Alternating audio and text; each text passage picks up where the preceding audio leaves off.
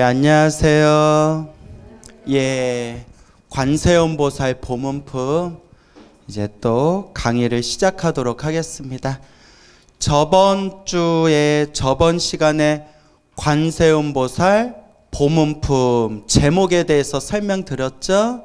예, 그래서 관세음보살, 관세음이 어떤 뜻인지, 보살이 어떤 뜻인지, 보문품 할 때 보문이 어떤 뜻인지 다 설명드렸어요. 기억나세요? 안 나세요? 그 와준 것만도 고마워요. 근데 이제 자꾸 법문 듣고 머릿속에 기억해 두셔야겠죠? 자, 그래서 관세음보살 보문품, 줄여서 무슨 경?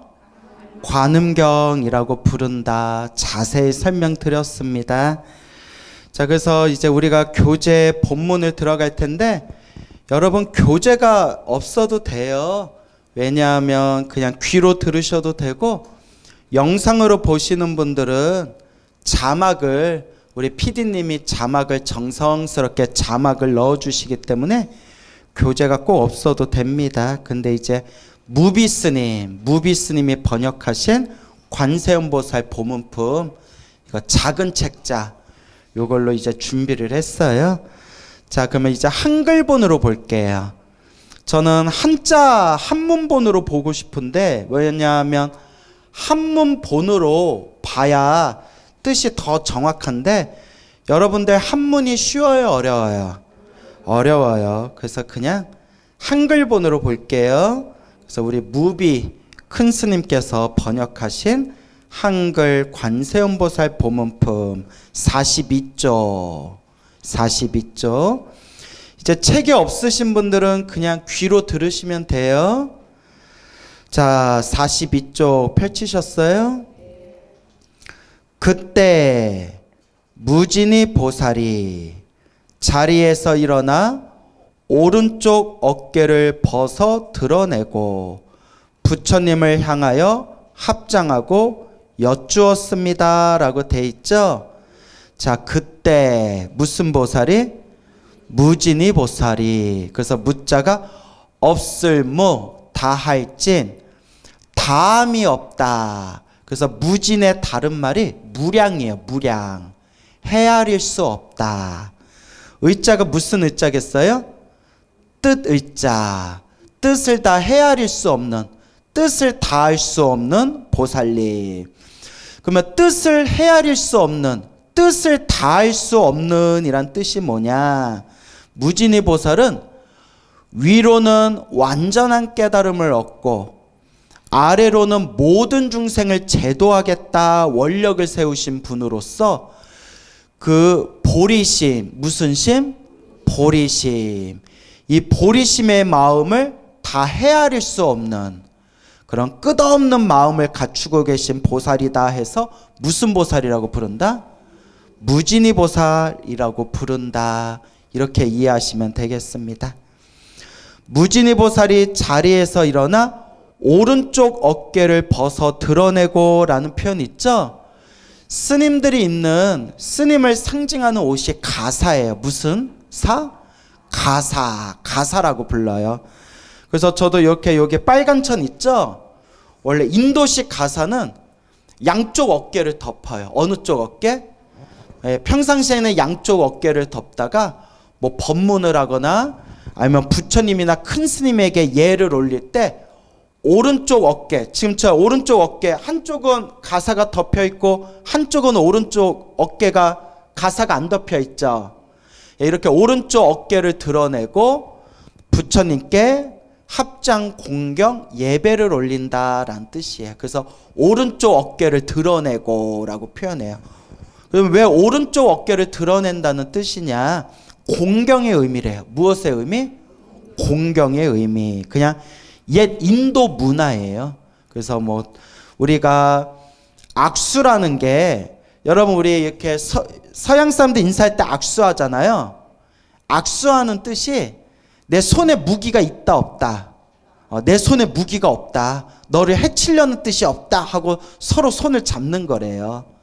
그와 같이 오른쪽 어깨를 드러내는 것도 당신을 공경합니다 라는 뜻의 인도식 예법이래요. 알겠죠? 그래서 우리가 부처님 앞에서 탑도리를 할 때도 어느 쪽 방향으로 돌아요? 예, 오른쪽 방향을 돌아요. 어느 쪽 방향? 예, 시계 방향, 오른쪽 방향. 그래서 오른쪽을 상징하는 것이 이제 행운을 뜻한대요. 행운.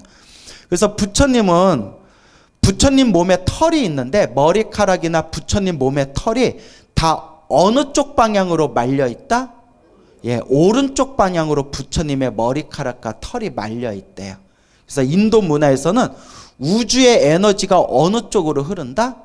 오른쪽으로 흐른다라는 뜻이 있어요.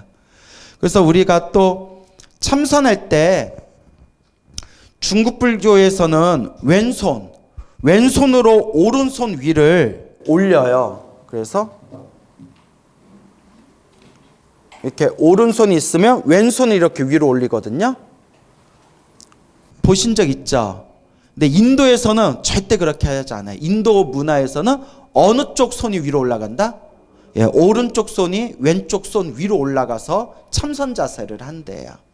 그래서 오른쪽. 그래서 지금도 인도에서는 더러운 걸 만질 때는 무슨 손으로 만진다? 왼손으로 만지고. 그리고 뭔가 공경을 표하거나 남을 만지거나 무언가 성스러운 작업을 할 때는 어느 손을 위주로 한다? 예, 오른손으로 위주로 한다. 그래서 인도는 오른손 문화죠. 그래서 오른쪽 어깨를 벗어 드러내다라는 게 가사를 오른쪽 어깨에 있는 걸쳐 있는 가사를 벗어서 오른쪽 어깨를 이제 드러내는 것은 무엇의 의미가 담겨져 있다? 공경의 의미가 담겨져 있다. 그 정도로 이해하시면 돼요. 부처님을 향하여 합장하고 여쭈었습니다. 부처님을 향하여 합장, 손바닥을 모아서. 합장이 뜻하는 것은 일심이란 뜻이 있대. 무슨 심? 예, 마음을 모한다? 하나로 모은다라는 뜻이 합장의 의미예요. 합장하고 여쭈었습니다. 세존이시여 관세음 보살은 무슨 인연으로 관세음이라고 하나이까? 라고 나오죠.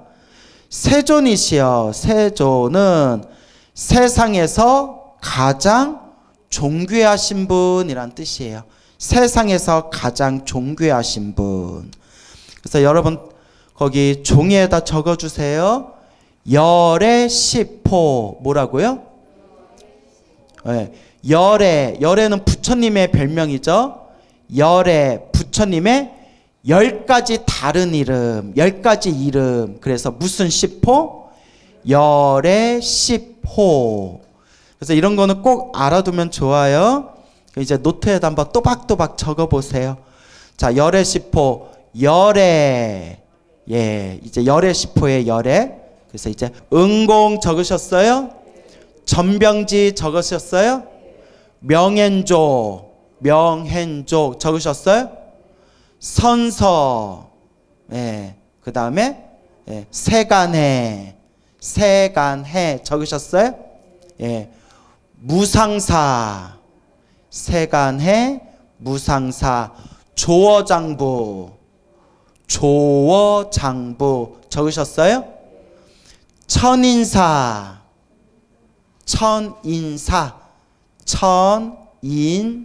적으셨어요? 예, 불, 예, 석가모니불 할 때 불 적으셨어요? 세존, 예, 다 적으셨나요?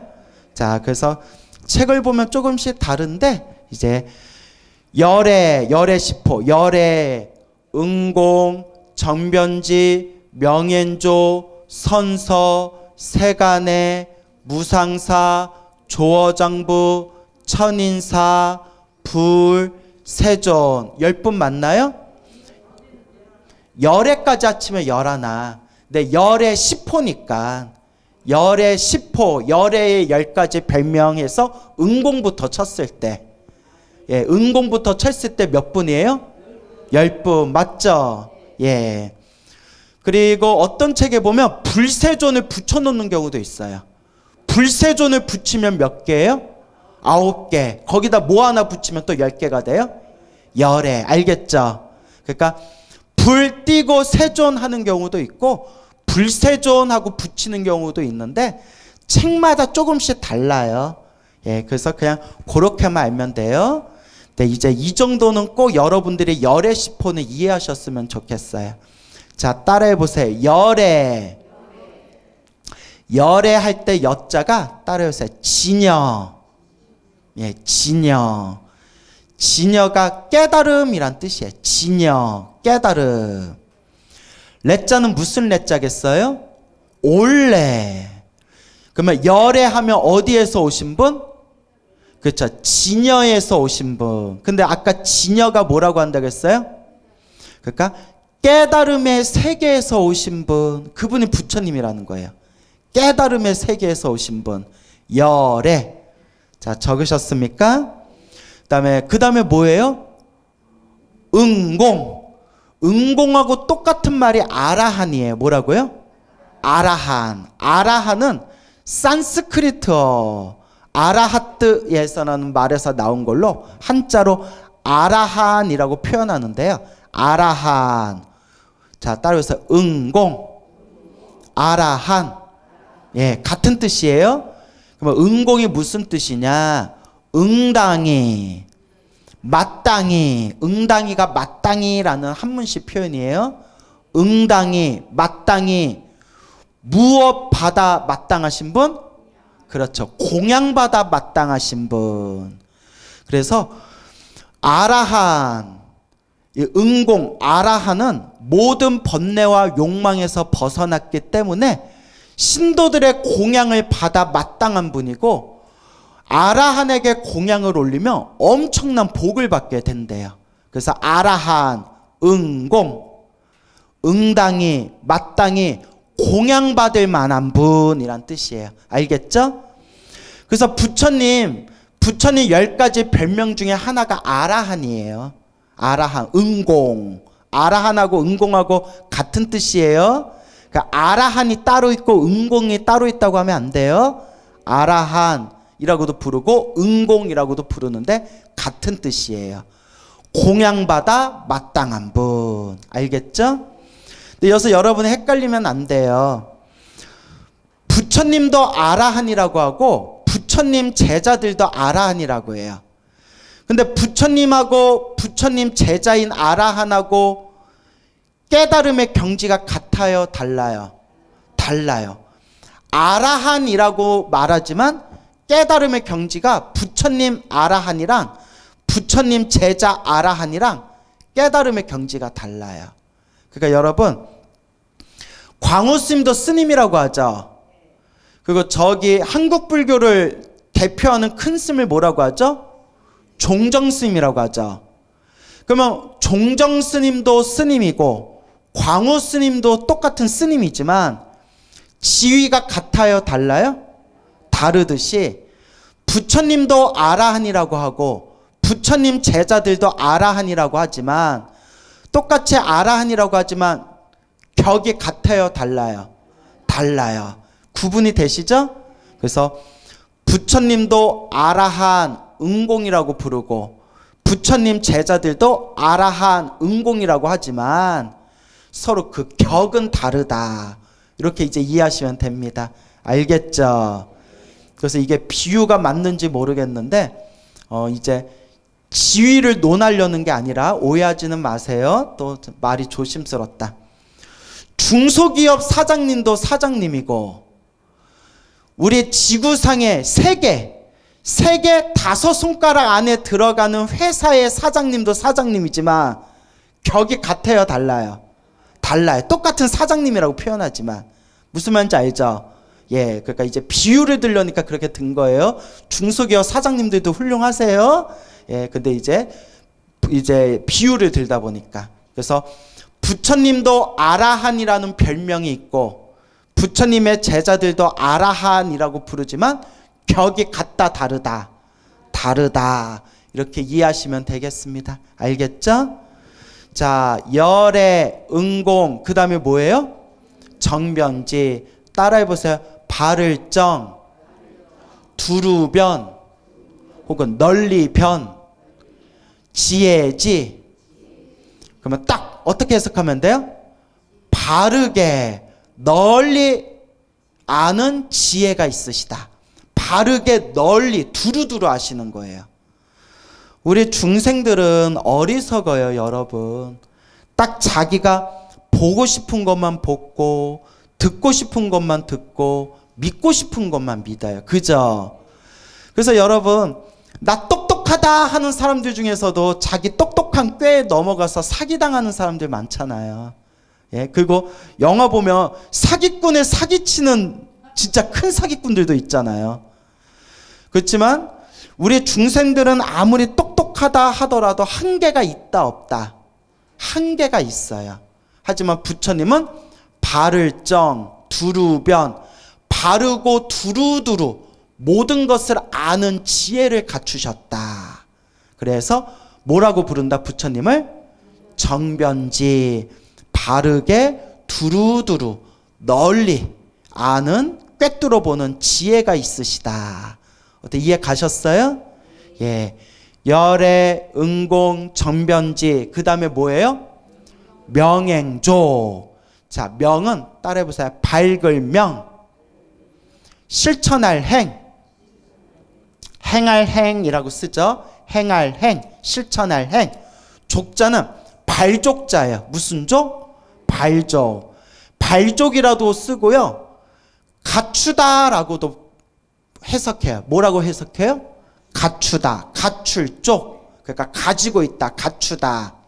그래서 여러분, 밝을 명 할 때 명은 지혜를 뜻하고요. 행할 행, 행할 행은 실천을 뜻해요. 그러니까 명행족 하면 무엇과 무엇을 다 갖추셨다? 지혜와 실천을 다 갖추신 분. 그게 명행족이에요. 자, 이해 가셨습니까? 자, 명행족 다음엔 뭐예요? 선서. 따라해 보세요. 착할 선, 갈서. 가다란 뜻이야. 가다, 갈서. 그래서 선서하면 착할 선이라고 하지만 여기서는 이렇게 좋을 선 혹은 잘이라는 뜻으로 해석해야 돼요. 뭐라고요? 잘. 그래서 선서하면 어떻게 가셨다? 잘 가신 분이란 뜻이에요. 그 부처님은 어디에서 오신 분이라고 했어요? 예, 5분 전에 가르쳐 드렸는데 벌써부터 어디서 오신 분? 그렇죠. 깨달음에서 세계에서 오셨으니까 갈 때도 어떻게 가신다? 잘 가신 분. 깨달음의 세계로 잘 가셨다. 그래서 선서라고 해요. 그러니까 여러분, 우리 중생들도 갈 때 잘 가야 돼요. 여러분들도 잘 갈 자신 있어요, 없어요? 예? 여러분, 절에 오래 다녀도 갈 때 잘 못 가시는 분들이 엄청 많아요. 그래서 제가 늘 하는 얘기가 염불해야 된다. 뭐 해야 된다? 염불해야 된다. 그래서 죽는, 숨 끊어지는 그 순간에도 뭐 하면서 죽어야 된다? 염불하면서 죽을 정도는 돼야 된다. 그 정도는 돼야 잘 가는 거예요. 그래서 우리 절에 오래 다니신 불자님들 중에서 가실 때 안 좋게 가신 분들이 많아요. 근데 안 좋게 가시는 분들 특징이 3가지가 있대요. 첫째, 평소에 기도를 게을리 하신 분들. 절에는 다녔지만 평소에 기도를 게을리 하신 분들이 갈 때 힘들게 가는 경우가 많대요. 이거 남 얘기가 아니라 우리 얘기예요. 둘째, 절에 열심히 다녔지만 성격이 모간한 분들. 우리 전에 다니다 보면 막 목소리 크고 짜증 잘 내고 신경질 잘 내고 화 잘 내는 불자들 있죠. 분위기가 갑자기 아, 여러분이 그렇다는 게 아니라 절에 다니다 보면 성격이 못된 분들이 절에 오래 다녀도 가실 때 힘들게 가신대요. 근데 주변에 보면 정말 화 잘 내는 불자들 많아요. 화 잘 내고 절에서도 지지고 볶고 싸우는 불자들이 엄청 많아요. 그런 분들 보면 저럴 거면 뭐하러 절에 다니나 라는 생각이 들지만 공부 많이 하신 큰 스님들 하신 말씀이 저러니까 절에 더 열심히 다녀야지. 성질머리가 저러니까 이번 생 절이라도 다니면서 조금이라도 더 닦아야지. 이렇게 얘기하시더라고요. 그래서 이건 다 우리 얘기예요. 그렇죠? 그 다음에 이제 세 번째가 업장이 두꺼우신 분들. 그래서 뭐 살생의 업보가 두껍구나, 뭔가 타고난 업보가 두꺼우신 분들이 절에 열심히 다녀도 돌아가실 때 안 좋게 돌아가시는 경우가 있대요. 그래서 기도를 열심히 하지 않고 평소에 마음 씀씀이가 좀 못됐고, 그리고 타고나기를 좀 업보가 두꺼우신 분들이 절에 다녀도 돌아가실 때 좀 나쁘게 돌아가시는 경우가 있다. 근데 이게 여러분, 우리 반성하자는 의미에서 하는 얘기 알겠죠? 이게 제가 여러분들한테 하는 얘기가 아니라 저한테 하는 얘기예요. 광우야, 너는 지금 염불 열심히 하고 있냐? 숨 끊어질 때에도 나무 아미타불 부를 정도로 염불 열심히 하고 있냐? 스스로를 돌아보는 거고. 광우야, 너는 지금 성질 잘 부리고 있냐? 마음 잘 쓰고 있냐? 스스로를 반성해 보는 거고. 세 번째가 내가 타고난 내 업보를 이번 생에 내가 내 업보를 잘 녹이고 있냐? 스스로를 바라보자는 거예요. 알겠죠? 이렇게 세 가지를 스스로를 잘 돌아보시면 여러분 가실 때 잘 갈 자신 있어요, 없어요? 있어요? 탭도 없다요. 더 닦아야 돼요. 알겠죠? 예, 근데 여러분 오해하지 마세요. 저한테 하는 얘기예요. 그리고 우리가 한번 스스로 반성해 보자는 거예요. 알겠죠? 그래서 선서 어떻게 가신 분? 잘 가신 분. 그 어디로 가셨겠어요? 깨달음의 세계로 가신 분. 그래서 여러분 열애, 깨달음에서 오셨다, 열애라고 표현하고요. 선서, 깨달음의 세계로 잘 가셨다, 오셨다, 가셨다라고 표현하지만 우리가 불교 공부를 더 깊이 하면 부처님은 오고 감이 있다, 없다? 없다. 반야심경에 나오잖아요. 불생불멸, 나지도 않고 멸하지도 않고, 불구부정, 더럽지도 않고 깨끗하지도 않고, 부중불감, 늘어나지도 않고 줄어들지도 않고. 그 이제 다른 책에 보면 불례불거, 오지도 않고 가지도 않으시다 라는 이제 심오한 깨달음의 세계가 나와요. 우리 눈으로, 중생 눈으로 보면 오고 간 것 같지만 깨달음의 눈으로 보면 오고 감이 있다, 없다? 예, 항상 그 자리, 깨달음의 광명으로 항상 그 자리에 계시다. 이제 이런 심오한 부처님의 가르침이 이제 우리가 공부하다 보면 배우게 될 겁니다. 알겠죠? 선서 다음엔 뭐예요? 세간에. 자, 따라오세요. 세간. 세간은 세상을 뜻해요. 무엇을 뜻해요? 세상. 해는 이해할, 이해하다. 세간에 하면 무엇을 이해하다? 그렇죠. 세상의 모든 일을 완벽하게 이해하신 분이에요. 그게 이제 세간에, 세상의 모든 일을 완벽하게 이해하신 분이다. 아무런 막힘이 없으시대요. 모든 걸 다 아신다라는 뜻이에요. 알겠죠? 세간에 다음에 이제 뭐가 나와야 돼요? 무상사. 따라해 보세요. 없을무, 위상. 무상, 위가 있다, 없다. 예, 이제 위 없는 사자가 스승사라도 쓰이고요. 선비사자로도 써요. 무슨 사? 예, 근데 선비사라고 쓰고 해석하기는 뭐라고 해석한다? 스승이라고 해석해요. 한자로는 선비사라고 쓰고 해석하기는 스승사라고 불러요. 그러니까 무상사 하면 뭐가 없는 스승? 그렇죠. 위 없는 스승. 최고, 최상의 스승이란 뜻이에요. 더 이상 위 없는 최고의 스승. 그래서 부처님보다 훌륭한 스승이 있다, 없다? 없다는 거예요. 그래서 청상천하 유아독종, 하늘 위 하늘 아래 오직 부처님만이 가장 높으시다. 청상천하 유아독존이 그래서 나오게 된 거예요. 그래서 부처님보다 위 없는 스승은 없다. 그래서 여러분들이 마음으로 내가 부처님의 가르침을 만난 것이 너무나 소중합니다. 부처님의 법을 만난 것이 너무나 소중합니다. 라는 생각이 마음에 사무치면 이제 그때 진짜 불자가 되는 거예요. 알겠죠? 그래서 어떤 스승? 위 없는 스승, 최상의 스승. 그게 무슨 사? 무상사라고 부르는 거예요. 알겠죠? 자, 무상사 다음에 뭐예요? 조어장부. 따라해보세요. 조어는 조절하다라는 뜻이에요. 조절하다. 그래서 자유자재로 조절하다. 조금 확장해서 해석하면 항복받다라는 뜻이 있어요. 항복을 받아내다.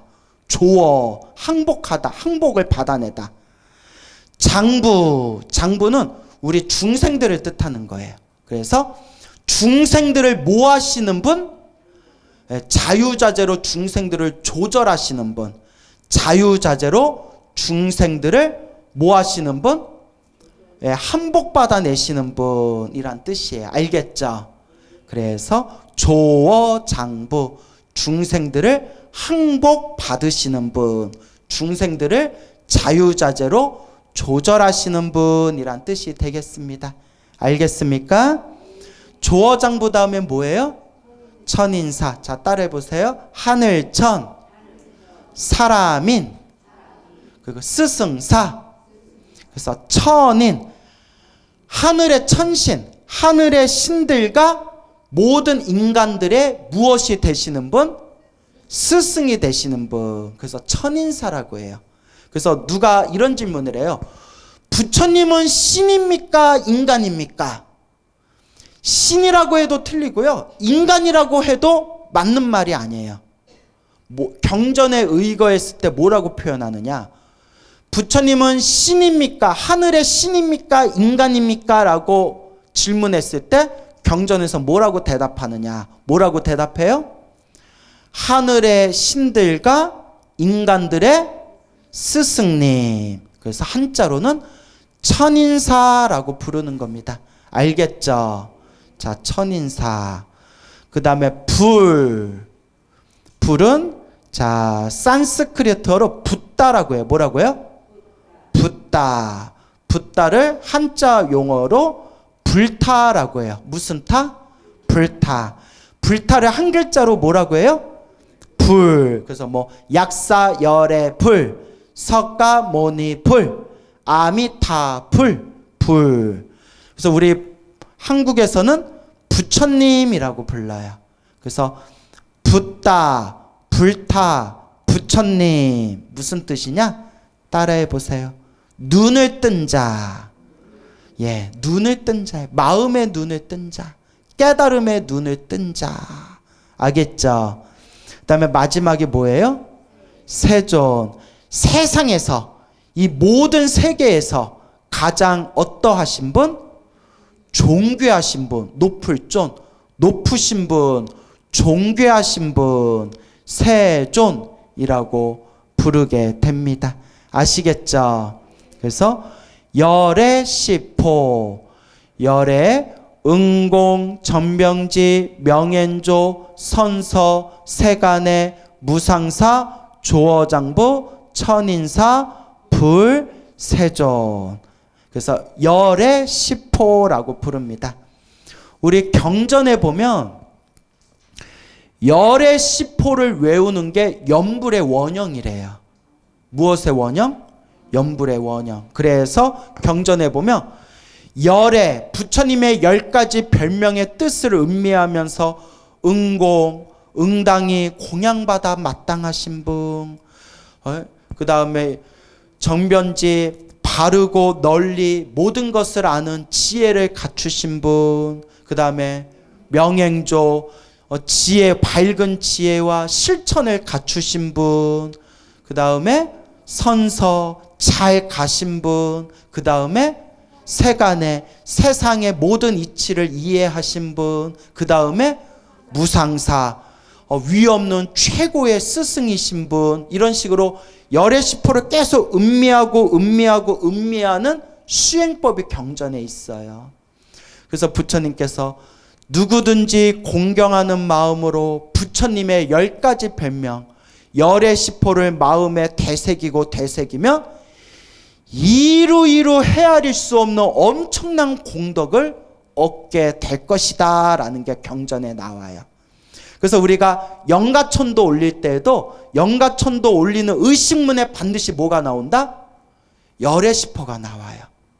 들으신 적 있죠? 스님들 요령 흔들면서 열의 시포 응공 전병지 명행조 하고 요령 흔드는 거 들어본 적 없으세요?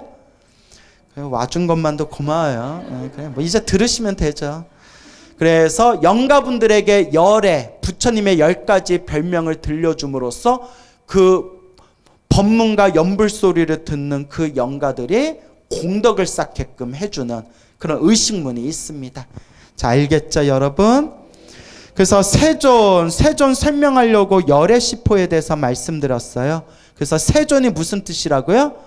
세상에서 가장 존귀하신 분 세존이시여.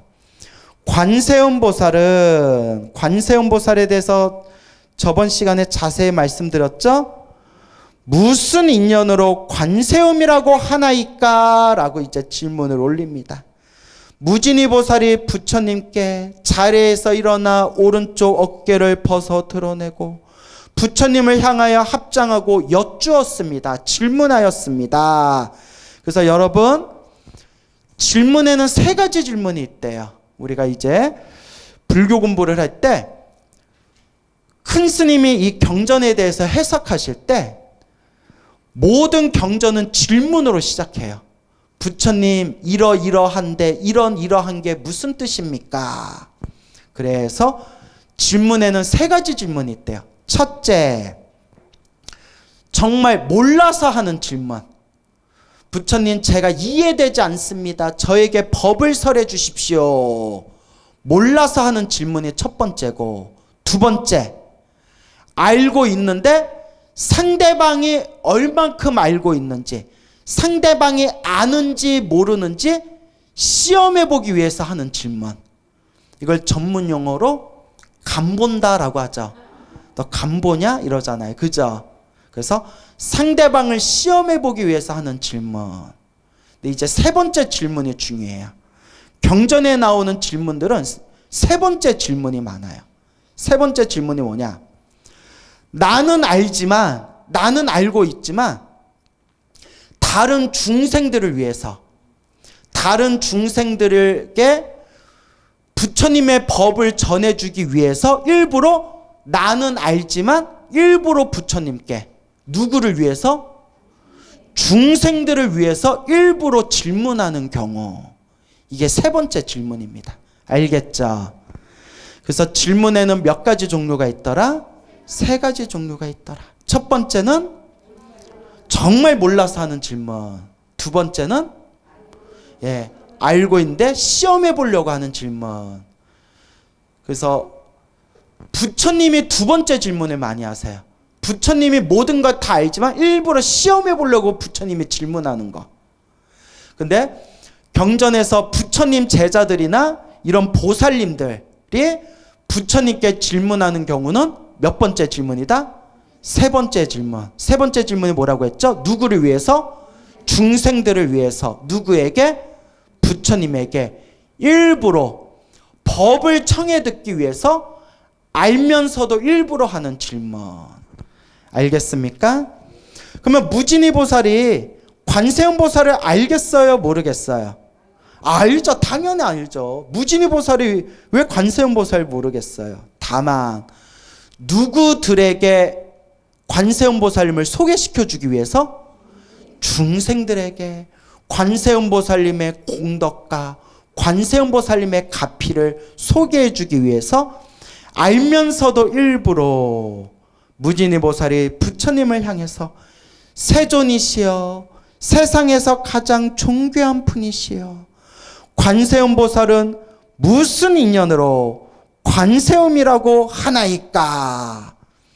그럼 이제 우리같이 수행이 부족한 사람은 만약에 무진이 보살님 같은 분이 광우 스님, 관세음 보살님을 왜 관세음 보살이라 부릅니까? 어떤 인연으로 관세음 보살이라 부릅니까? 이러면 이제 우리 같은 입장에서는 가만히 있다가 진짜 몰라요? 아 진짜 몰라요? 갑갑하네. 아 절에 몇 년을 다녔는데 아직도 몰라? 라고 생각할 수 있겠지만 부처님은 막힘이 있어요, 없어요? 부처님은 아무런 막힘이 없으시죠. 부처님은 모든 걸 다 꿰뚫어 보시죠. 부처님께서 무진이 보살이 널리 이 세상의 사람들에게 관세음 보살님을 소개해 주기 위해서 일부러, 알면서도 일부러 관세음 보살님은 어떤 인연으로 관세음이라 하나이까 관세음 보살에 대해서 물어보는구나, 질문하는구나 라고 부처님은 다 꿰뚫어 보시는 거예요. 그래서 부처님께서 무진이에게 말씀하셨습니다 하면서 이제 관세음 보살님에 대한 설명이 쭉 펼쳐지게 됩니다. 알겠죠?